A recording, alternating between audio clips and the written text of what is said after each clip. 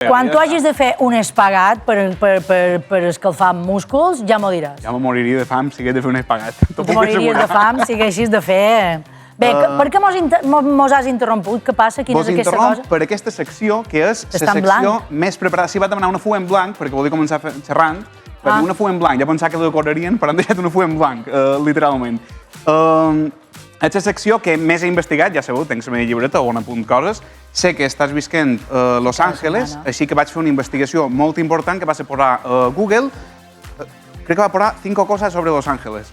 I la primera d'elles, que em va impressionar molt i va considerar que era molt important dur en aquest programa, era Los Angeles, antigament se deia el pueblo de Nuestra Señora Reina de Los Ángeles. Reina dels àngels. Jo m'ha quedat pensant en això i és una frase que perfectament la predina li podria dir a la neta, tipus, vinga, mem, reina dels àngels, vols un tassonet de llet calenteta abans d'anar a dormir? Ja m'ho quadra perfectament. Aquest és el nivell de les bromes que faré avui. Saludam a la gent de Los Angeles que ha perdut casa seva, també t'ho dic, eh? Ai, sí, també te'n raó, perdona. Situació allà no està per tirar coets, però és un pot dramàtic. Per si qualcú mos sintonitza des de Los Angeles, que segur que passa.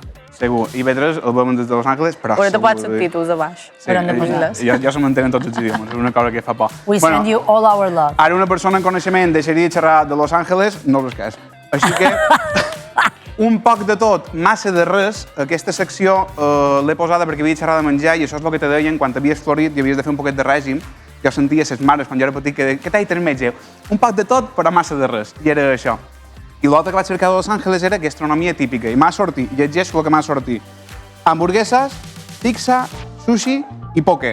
L'oferta gastronòmica de Los Angeles és la mateixa que la del Festival Park. Claro. Per així o no? És de qualsevol centre comercial, sí. Però hi havia un anexe que se nota que gent que se cuida posava oferta gastronòmica, platos imprescindibles, tostades d'aguacate i oferta vegetariana, Santa Catalina. Tu si estàs acostumat a anar a Santa Catalina i en el Festival Park, te pots anar a viure a Los Angeles perfectament. Exacte. Confirmam. Però el preu no és el mateix, eh?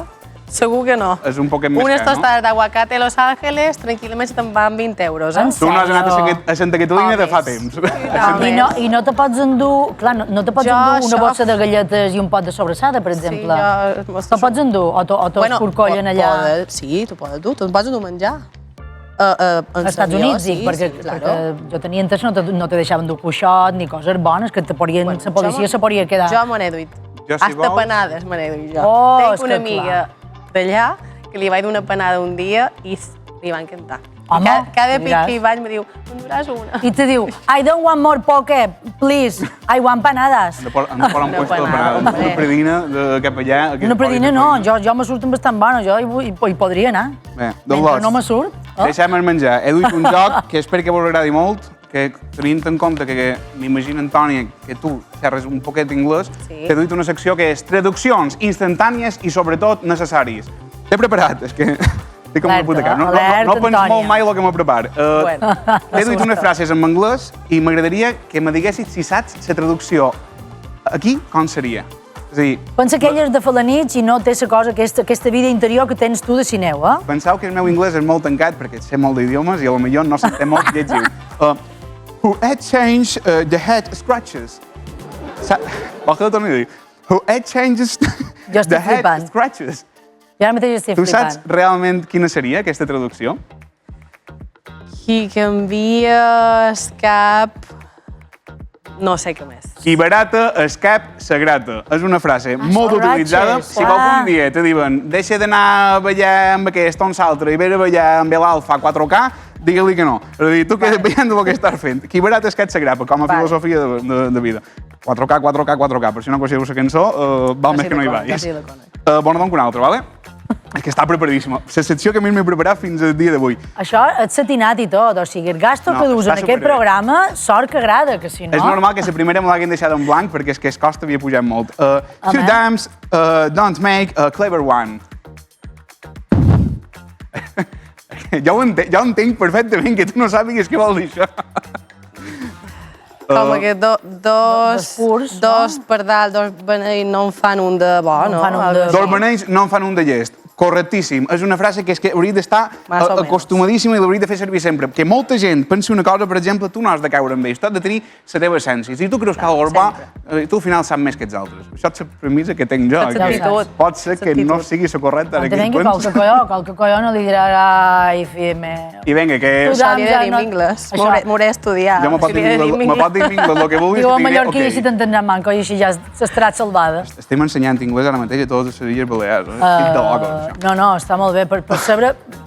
Són estudis que tens tu, massa has prosperat, eh? No, jo tinc una carrera que molt movida, però d'història de l'art, no sé fer res en anglès. There are some for the spectators.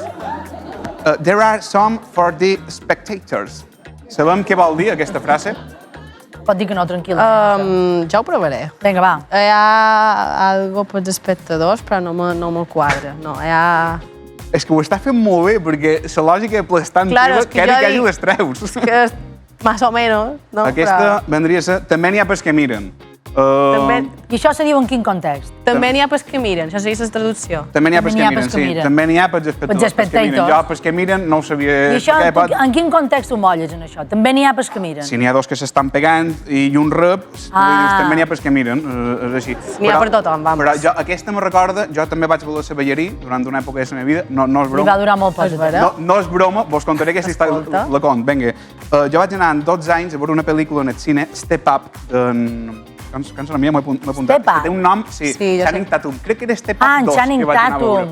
Hi havia una escena veient un pàrquing o una pelea de baile i jo vaig sortir al cine, lo veia dins el pàrquing, que romàntic, tot així. Jo vaig sortir al cine dient, jo seré ballarí. Claro. Jo seré ballarí. Jo soc rítmic. Si heu vist les intros que hem fet, però vas començar a ballar, almenys? No, ja. M'han dit, per favor, Lluc, deixa't anar d'història. Tu no pots ser ballarí. Se va apuntar a ball de bot. Escolta, bé, no sé si t'atreviries a ensenyar-li a ballar això. És impossible. Tu hi ha cap expressió d'aquestes que no se poden traduir? Per exemple, com li expliques a un yanqui això de estic mal sofrida?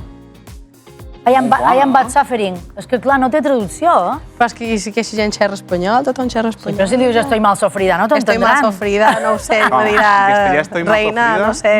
No se diu estoy mal sofrida. Hi ha una pregunta, aquesta sí que és molt important per jo. Tu quan t'acabes una frase en anglès, acabes amb un but. Ja sé que està molt utilitzat la broma d'esperó i això, però te passa? Això me mata. Havia entès amb un pet i jo dic, quines preguntes són de fer? Bet en anglès és però.